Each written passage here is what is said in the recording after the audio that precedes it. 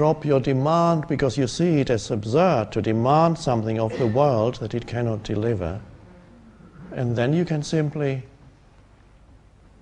be with whatever is. And is and this moment are always inseparable, of course. Whatever is at this moment is as it is. I don't demand that this place, even if you come here and you demand that Finton should make me happy. If you came with that demand, you would probably already have experienced frustration here. Because no place is capable of doing that for long. Or doing it at all. And so you come here and say the little things, oh, that shouldn't be here. There's a Royal Air Force base right next to the spiritual center. It doesn't make sense. And so you can complain about that. That shouldn't be. Why did they put that here? They should have gone somewhere else. And then you can say, I came here to find peace, and what do I find? I find screaming jets. I'm going home. And that's only one thing. And you'll find many more. My roommate snores. I can't get a night. I have to wait for the bathroom. And it's not sunny. This is late May and it's not sunny. I should never have come to Scotland. It's not. So if you, just little examples of if you expect a place to fulfill you, it can't do that. In no place, even if you went to a South Pacific island, there would be something that is not quite right. It doesn't fit there. Whatever it is. The sunshine every day, it's too much. The mosquitoes at night, I didn't know about that. They didn't mention them in the travel brochures.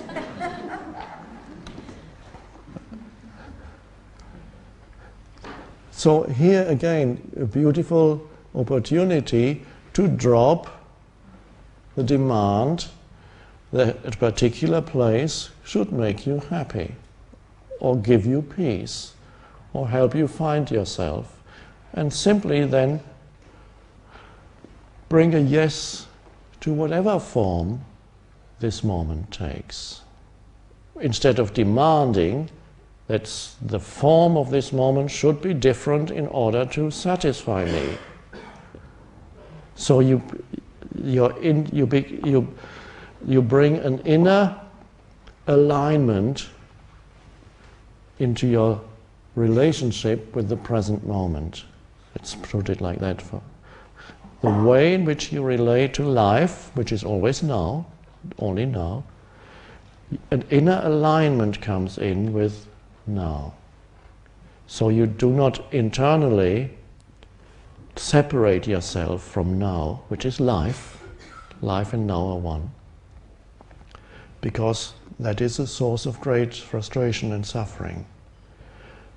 And so, whatever form this moment takes, there's a jet flying, there may be raining, and then there's some sun coming through. Good, bad, the mind could call this good, could call this bad, but it all is as it is at this moment.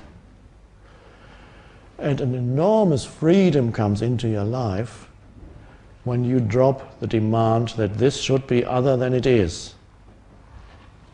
And then you no longer demand that Finton should make you happy or give you peace. And then every moment, or rather the one moment, is as it is. You go one step at a time to wherever you go, and you look around, and you stand, and you walk, and you sit, and there are people coming, people going, things here, things there.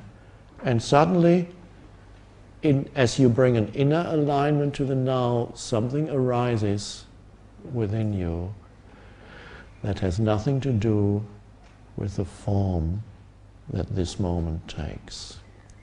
And it arises because you allow the form that this moment takes to be as it is.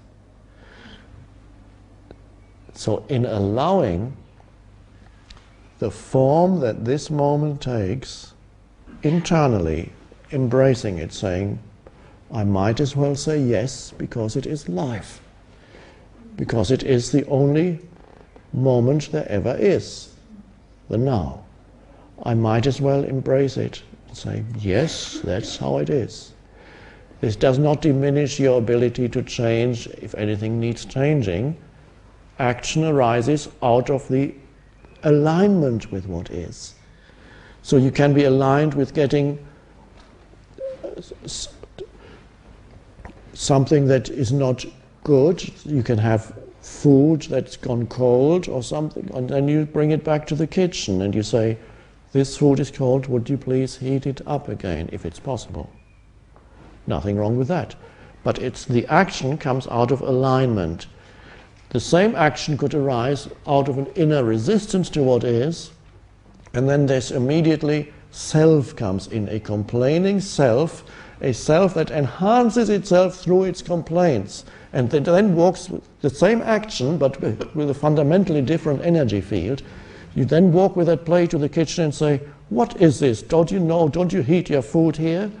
What you should be serving hot. You are in this. Your action is to enhance yourself through it, to make the self right, to strengthen the fiction of me, and then you do that to another human, and that other human is going to defend itself and try to react in order to resist the diminishment of their sense of self, because that's what the ego tends to do. It says you are wrong. It tries to diminish the fiction of that other person, and then the other will defend itself and come up with even bigger cannons and start shouting back at you in order to defend its diminishment of, again, the diminishment of the fiction. What a world. So you could live, when you live in alignment with what is, intelligence arises in your life that is far greater than the accumulated knowledge of the mind or the ability of the mind to analyze or solve IQ problems or crossword puzzles. That's a very tiny form of intelligence. Nothing wrong with it, but it's tiny. But that's what this world calls intelligence. You can memorize and analyze and be quick in giving answers, manipulate thoughts, and keep as many possible in your head. And yet there's a far deeper intelligence that our civilization knows nothing of. And is that out of which all true creation comes, true creativity comes. And so that is accessed when you bring a yes, no more than that, a yes to the present moment. That, by the way, includes the past, because there are some people who carry a strong grievance or resentment connected with something that happened in the past.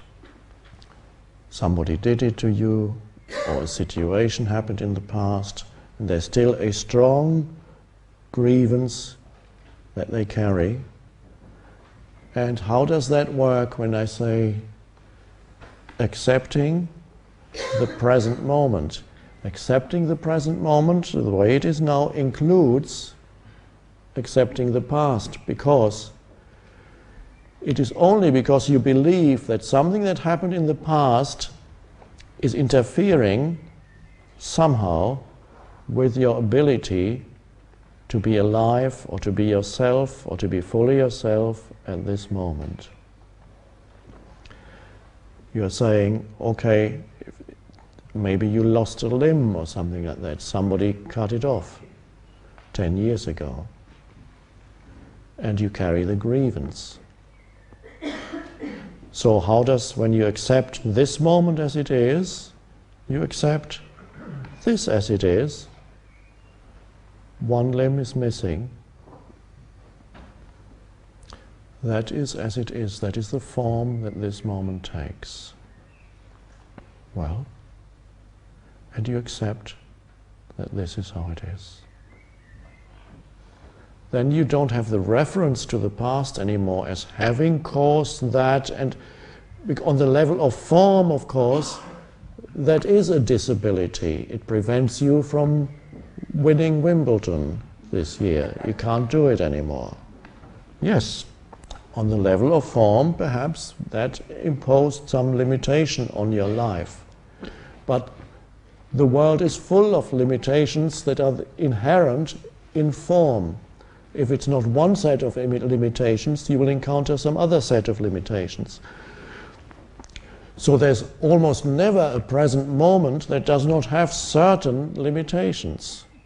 Even the noise coming occasionally from the Air Force base next door could be considered a kind of limitation. Or even if you can't get a good night's sleep because your roommate snores, could be considered a relatively minor limitation in your life. But there are large limitations, and they're also to do with the world of form, and that's what the world of form does. You can exchange limitations, you can of course improve your life on the level of form, there's nothing wrong with that, as long as you're not looking for yourself in it. It's beautiful to play with forms in your life. Okay, I'm going to make money now, I'll play with that. But not hoping that once you've made enough, then you can finally be someone. If you're not someone now, being, you cannot find it through money or through future. Then you can play with the world of form, and the miraculous thing is, when you drop your demands towards the world of form, that it should make you happy, then wherever you find yourself, whatever situation you find yourself in, whoever you meet, wherever you go, place, situation, person, is actually quite satisfying, because you have touched something within yourself that is deeper than the movement of thought, which is form, deeper than form. The movement of thought is still form. So the simple thing of internally bringing a yes to this moment, is that all? Yes, but it needs, for you to do that, requires a certain degree of presence, to be able to say, this is as it is, instead of being taken over by an old reactive pattern, governed by the fictitious self that says, this doesn't fit into the story of me, or how can I fit this into this isn't completing my story, in fact this shouldn't be in my story at all, get out of here. So many people, they're walking stories, often when they meet other humans, they don't want to be with other humans, say, get out of my story, you shouldn't be in here. I want somebody else in here. And again, so you step beyond, you step out of the movement of thought, and the stillness and the peace arises the moment you become friendly with what is. That's all, to become friendly with what is, no matter what form this is takes. It's going to change anyway, quite soon. And people who are stuck for years are usually stuck because there is a resistance pattern inside them that keeps them stuck in the same situation. And the resistance pattern says, I want to get out of this dreadful place that I'm in. And every day they go to the office and they say, this is... And the same energy is there, the negativity and the resistance, and every time they answer the phone, then, yes! And so you get some people, traditionally it's people at government offices who carry a lot of frustration. I don't know if that's still true, probably is. They're everywhere these days. And so you people are continuously, and they say, why am I stuck in this boring job with all these dreadful people? They always want something from me. And so 25 years later, they're still stuck and complain.